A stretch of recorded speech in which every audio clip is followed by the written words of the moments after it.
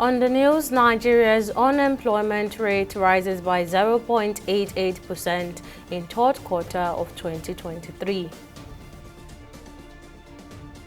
Nigerians declare high cost of living as inflation rate soars to record high. And Governor Babajide Sanwo-Olu expects Red Line Rail ahead of commissioning.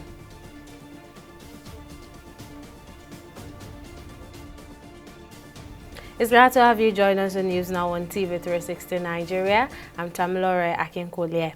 Now, in the latest report on Nigeria's employment landscape for the third quarter of 2023, the National Bureau of Statistics has revealed a surge in the unemployment rate to 5.0% from 4.2% recorded in the previous quarter. A breakdown by gender shows men facing an unemployment rate of 4.0%, while it's higher for women at 6.0%. Now, according to the report, geographically, urban areas are experiencing a higher unemployment rate of 6.0 compared to the 4.0 in rural regions. The report added that youth population is particularly affected with an alarming unemployment rate of 8.6%. Still on inflation, Nigeria's inflation rate has climbed to 29.90% in January, reaching its highest point in recent years. That's according to figures released by the National Bureau of Statistics, while food inflation surged to 35.4%. The steep rise in food prices has prompted widespread discontent among residents across various states, leading to street protests decrying the soaring cost of living. This next report has more details. Since assuming the presidency in Nigeria, Bola Tinubu has implemented a series of policies that have had a significant impact on the economy, starting with the removal of fuel subsidies. This decision has had far-reaching consequences, notably contributing to the heightened cost of living that has become a source of worry for many Nigerians. The biggest concern for many is the steep rise in food prices. Prices of essential food items have skyrocketed, in most cases doubling the amount the prices they were late last year. Beans before, we are buying bag of beans at the rate of 45,000 naira. But last week, Saturday, so when I went to the market to buy, I bought 75,000 naira, I had an extra 30,000 naira. So imagine a dedica of beans before that we are selling 400 naira, now it's 1,001. It affects me because I sell food and it's not been easy. Like today now, I bought egusi 1,002 on Friday last week, Padrika. Now I got to market and it's 1,500. And I don't know, a plate of food I'm selling is just 700 naira. Red oil is the same thing, it's 1,200. Groundnut oil is 1,400 per bottle. So it's not been easy. It's been a tough time for many, with the galloping inflation eroding their purchasing power. I'm angry. Since 3 days I've not eaten. I have not eaten. To buy pure water is a problem. Even to get garri in the house is a problem. I tell my fathers, what is Nigeria government giving to me? They don't provide anything for me before. And they keep on increasing the human needs. Look at the common garri. We cannot, even the poor man, look at me, I'm not chopping garri. Now, I cannot, before I don't even taste it.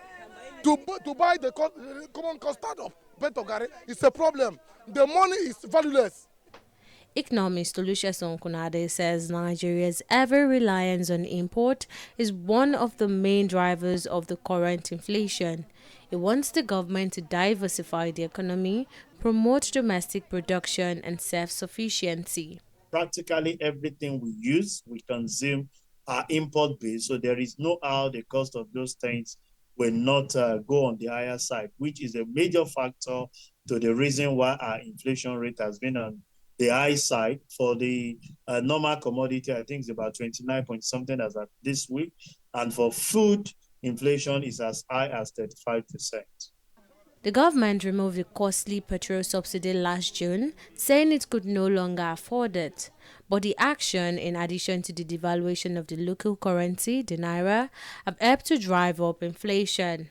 The foreign exchange keep increasing on daily basis, and that cannot accommodate the cost, the landing cost of the petroleum product. Also, you discover that the other factor that has to do with petroleum, which is the international market, the international price of crude oil, is also on the high side. So these two factors put together increase the cost, the landing cost of the petroleum product, which we consider as a key factor in several areas of our production. The government has appealed for patience, saying its policies will soon begin to yield positive results. It also ordered the release of over 100,000 metric tons of grains from its national reserve to help bring down prices of foodstuff. The governors have also agreed to join hands with Mr. President to deepen their own investment in the agricultural sector so that more food will be made available to Nigerians. Of course, this investment is not just in crop production, it is also in livestock development and management. All this is to ensure that food is available.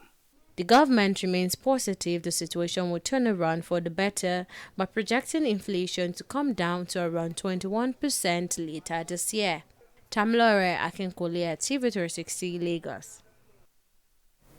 Meanwhile, in Oyo State, protesters on Monday took to the street to demonstrate against the soaring cost of living, food inflation, and the prevailing economic hardship grappling the nation.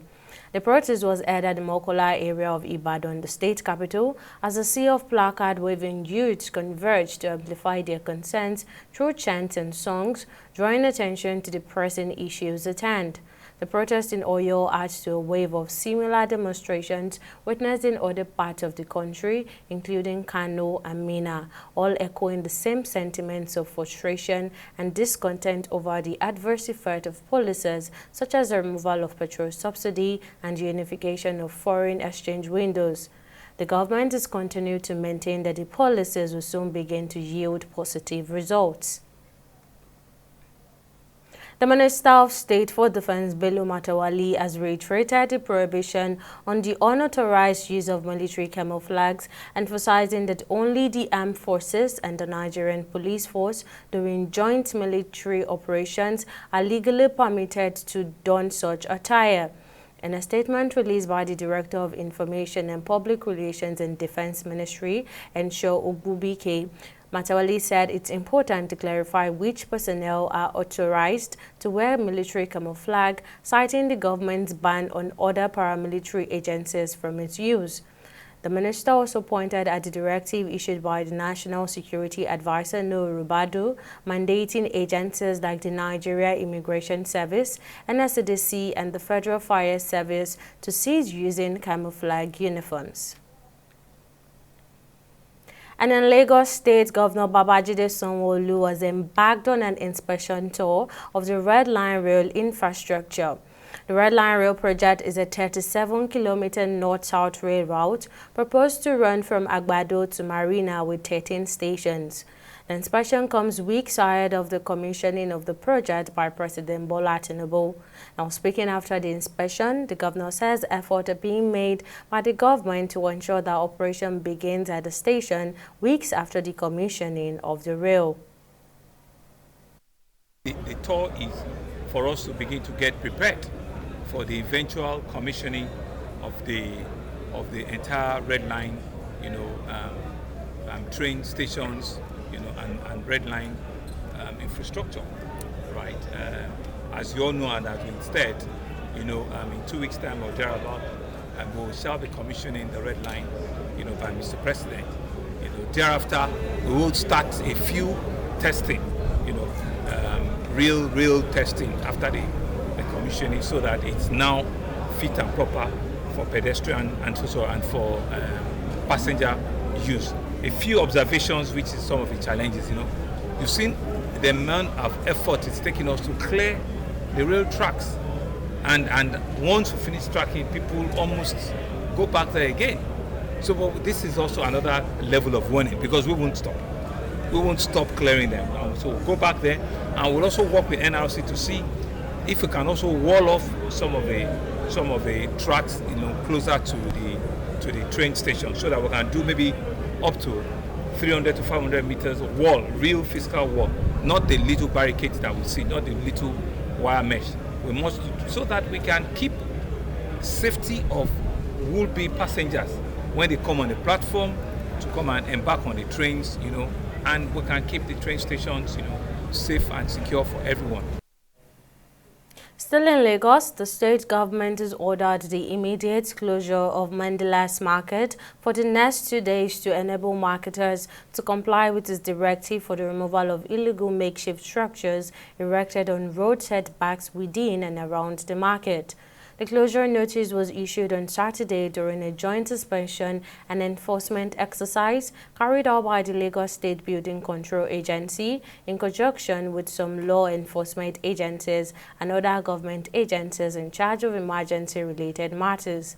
The enforcement exercise followed the expiration of the 14-day self-removal notice earlier given by the state government to the traders to remove their wares and shops from the road, especially around Mandate on Lagos Island. Part of the things that you find out is that access into the area was very difficult. So the Lagos State Building Control Agency and the Office of the Special Advisor, Central Business District, gave a 2 weeks ultimatum, for the shop owners, the developers, and would-be residents of this area to carry out some remedial works on their shops, remove all the obstacles from the way so that fire trucks, our officers and everybody can work, and so that they can also sell their goods in a conducive environment. We give them maximum 2 weeks to comply, to do what you call self-compliance.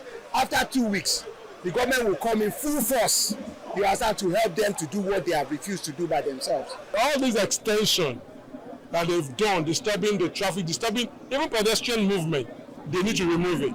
They were given notice some weeks ago, about 4 weeks ago, like I learned by the local officials, but they're still there. But today is also given a final notice to remove all their goods from the extension. Tomorrow, local officials are moving in. We will help them remove the extension, and they will have to pay for that exercise. The government is in business for pro bono business. We ask them to remove the extension themselves. They provide they have to remove it, but if they didn't remove it, we will help them remove it, and they will pay for it. On the positive side, yes, it has provided for space.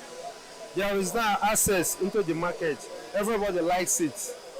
But the other side is that the demolition now has rendered some people, baseless. Some people cannot do their business again. Because the demolition means somebody's space has been taken. And this person is somebody that has family, somebody that has responsibilities to cater for. Comparing the fact that this is the beginning of the year. So I feel for people who were directly affected by this demolition. President Bola Tinubu says Nigeria is ready to host African Central Bank in line with the vision of the Abuja Treaty. Addressing leaders at the 37th Ordinary Session of Assembly of Heads of State and Government of the African Union in Addis Ababa on Saturday, President Tinubu said his administration will engage the African Union Commission in collaboration with member states to ensure that the bank takes off as scheduled in 2028.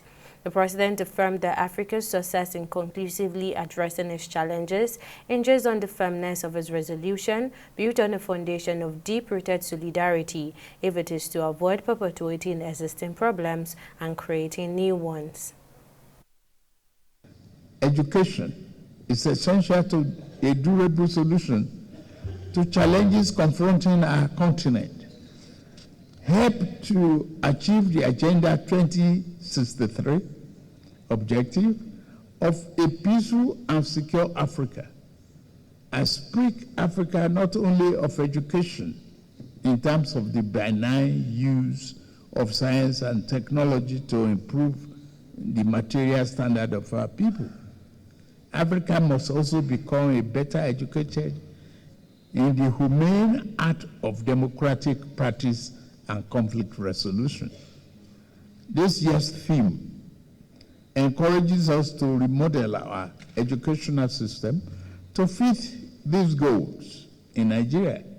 My administration is devoting ample resources to promoting education including feeding our children in schools and investment in telecommunication and technology needed to flourish in 21st century.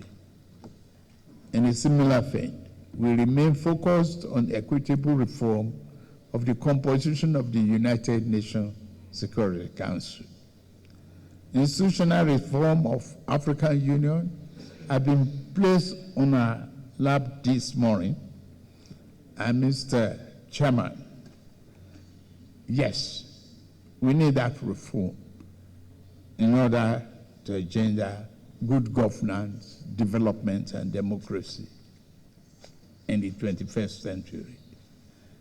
On counter-terrorism, violent extremists undermine our effort towards democratic society, where the rule of law outweighs the rule of armed might.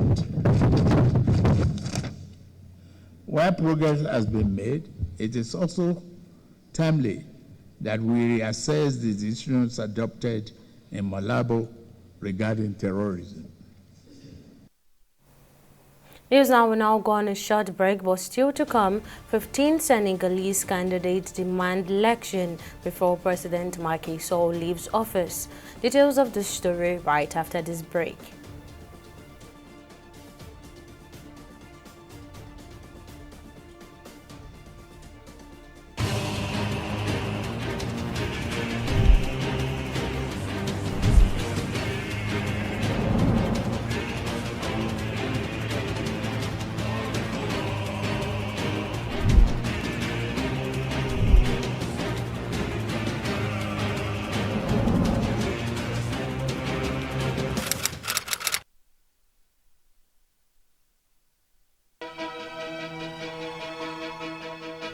Opinions are free, facts are sacred, but truth is universal.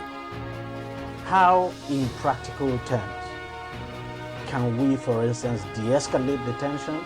President must see himself as the President of the Federal Republic. We know where the enemy is. 3 places, the Lake Chad Basin, the border area between Nigeria and Cameroon, and then the Sambisa Forest. On Digi 360, we give you a complete dose of everything. Opinion, facts, and undiluted truth. I hardly believe what politicians say in this part of the world. A new Nigeria is possible, a future is possible. We delve into the issues, dissect it so that you can understand it, use it to take action. I don't think there's any need for any governor to look for grant for ranching. Digi 360, dissecting the issues.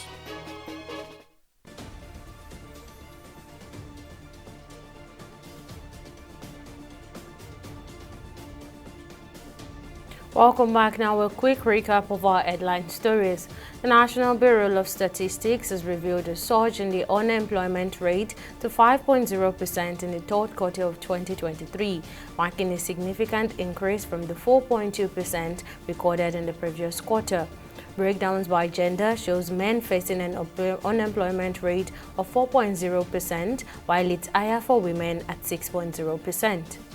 We also told you that Nigeria's inflation rate climbed to 29.90 in January, reaching its highest point in recent years, while food inflation surged to 35.4%. Now, the steep rise in food prices has prompted widespread discontent among residents across various states, leading to street protests decrying the soaring cost of living. Now, in case you missed any of our news bulletin or for more updates, you can catch us on Limus World TV or AVO TV, or log on to our website on www.tv360nigeria.com.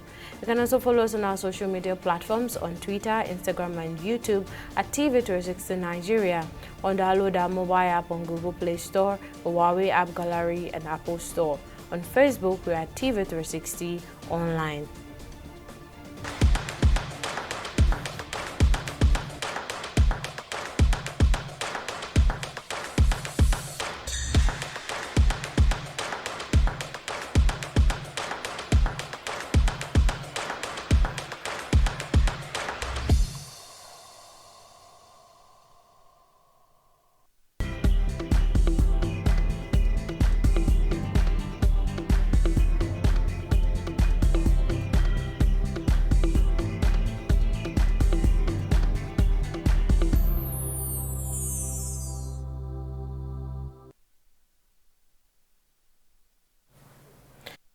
Global business news and Okbayemi Owosheni as the latest update. Okbayemi, over to you. Thank you, Tamilore. Hello and welcome to Business News. A delegation sent by President Bola Tinubu has met with the top management of Ethiopian Airlines to hold talks about settling disputes and issues affecting relations between Ethiopian Airlines and the Nigerian government. The management of Ethiopian Airlines, led by its Group Chief Executive Officer, Mesfin Tasio, had raised a number of issues which could affect its operations and relations with Nigeria and requested to have an audience with President Tinubu on the sidelines of the 37th session of the African Union Summit held in Addis Ababa. Speaking after the meeting, Senior Special Assistant to the President on Foreign Affairs and International Relations, Shola Enikan-Olaye, says the outcome of the meeting will be delivered to President Tinubu and Nigeria's aviation authorities. They raised a number of issues, fundamental issues affecting our relation between the Ethiopian Airline and us, Nigeria, and the Nigerian government. Of course, I can't give you details of those. We will be reporting back to Mr. President faithfully, honestly, and dutifully, and then he will consider the report and give appropriate instructions to our aviation authorities, particularly the Honorable Minister of Aviation. That was the purpose. Let me just add that those issues are issues that, we need to address so as to smoothen relations and, meet the aspirations of the Nigerian people as well as their own side, and again to advance government agenda on the aviation sector. It was a very productive meeting. We are very happy on the outcome of the discussion, and we will continue serving the Nigerian public through Ethiopian Airlines flights. We'll go on a short break and be back with stock market reports.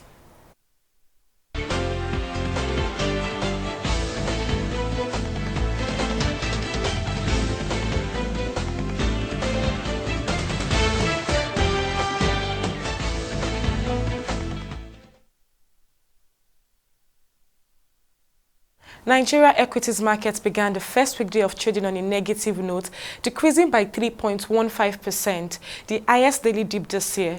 The market breadth also ended on a negative note with 18 gainers against 37 losers. Largely capitalized stocks like Dangote Cement PLC and MTN PLC led other counters like NGS Group PLC and NEM Insurance that topped the league of major laggards on Monday, February 19th. Dangote depreciated with 10%, closing at 668 naira 70 kobo per share, followed closely by MTN, which closed at 247 naira 50 kobo per share.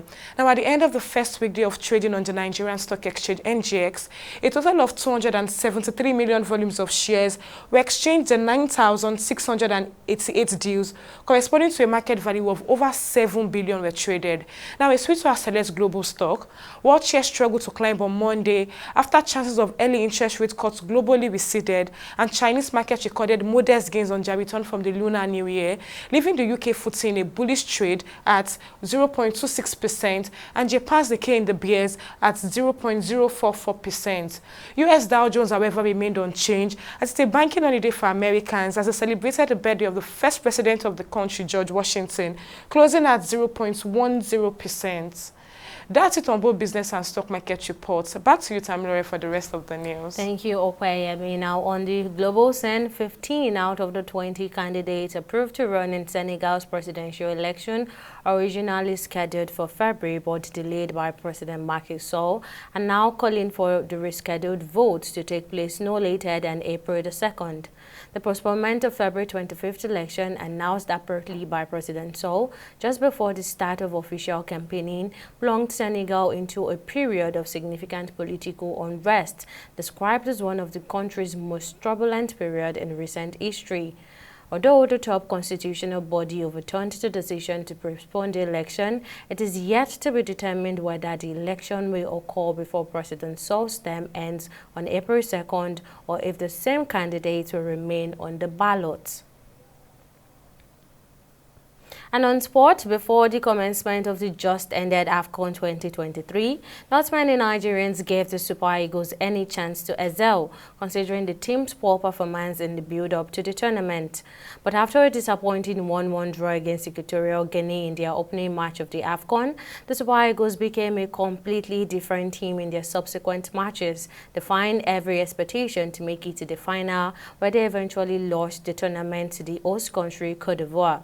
Now, in this next report, our correspondent Sydney Okafor reviews the performance of the team in a tournament that was packed with surprises. Even with the agonizing defeats at the finals of the African Cup of Nations, the Super Eagles and their fans can take solace in some of the outstanding achievements recorded by the team during the competition. Even though the Nigerian Football Federation had given coach Joseph Peseiro and his team a semi-final target before the tournament, not many Nigerian fans held out hope for the teams to do well. But the coach and his boys will end up beating the target and making it to the final, even toppled that up, with being the team to concede the least goals. You're looking at it in recent times, juxtaposing his performance with that of the last few coaches that we have had, Raw, Austin Eguavoen, and, just going backwards like that, you would agree that obviously Peseiro has done pretty much better than the other guys. While many are disappointed the team could not go on to win a fourth AFCON title for Nigeria, there have been praises for the Super Eagles' overall performance at the tournament. So a lot of people didn't trust the Super Eagles going to the AFCON. So I think one department that is safely guided right now is the goalkeeping department, which we've been having a lot of issues with. And Stanley Abali coming as our #1 choice goalkeeper, which I believe he will maintain his shirt until we get a good competition in that department. The centre back is getting old because we used to have the quote-unquote Oyinbo wall of Leon Balogun and Trusted. Coming into this competition, Nigeria was ranked 6th on the continent of Africa based on the FIFA ranking. And what we have done with the AFCON is to finish 2nd. And we have seen the result of it from the latest FIFA rankings released for January, or should I say February. And we are now 3rd in Africa, and we've done very well, moving up to the 28th position, if my memory serves me right. About 12 indigenous coaches were in charge of their national teams at this year's AFCON.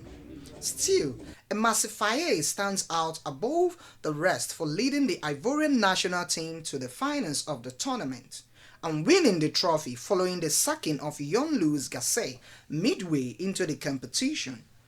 The situation has again brought to the fore the debate over local and foreign coaches for the Super Eagles. Bring in the quality person to handle the national team. I'm not going to say, yes, it's time for us to come back and do the local base. If you feel there's no local base coach that is capable of handling the national team, fine. You can outsource it. You can bring in the foreign based expert. With what Faye has done, not too many persons gave him a chance to get this far, considering how the Ivorians fared at the group stage. Football administrators need, when I mean football administrators, I mean right now federations or associations as it were, need to start giving indigenous coaches an opportunity to showcase what they can do. Joseph Peseiro has been able to silence his critics with the performance of the team, and the NFF is now considering handing a new contract ahead of the World Cup and the 2025 African Nations Cup qualifiers. It appears the Portuguese coach may have won himself a continuity ticket for now. Those rooting for local coach appear to have been silenced by the performance of the Portuguese tactician. Sydney Okafor, TV360, Lagos. And that wraps up our bulletin on news now. Thank you for watching. See you again next time.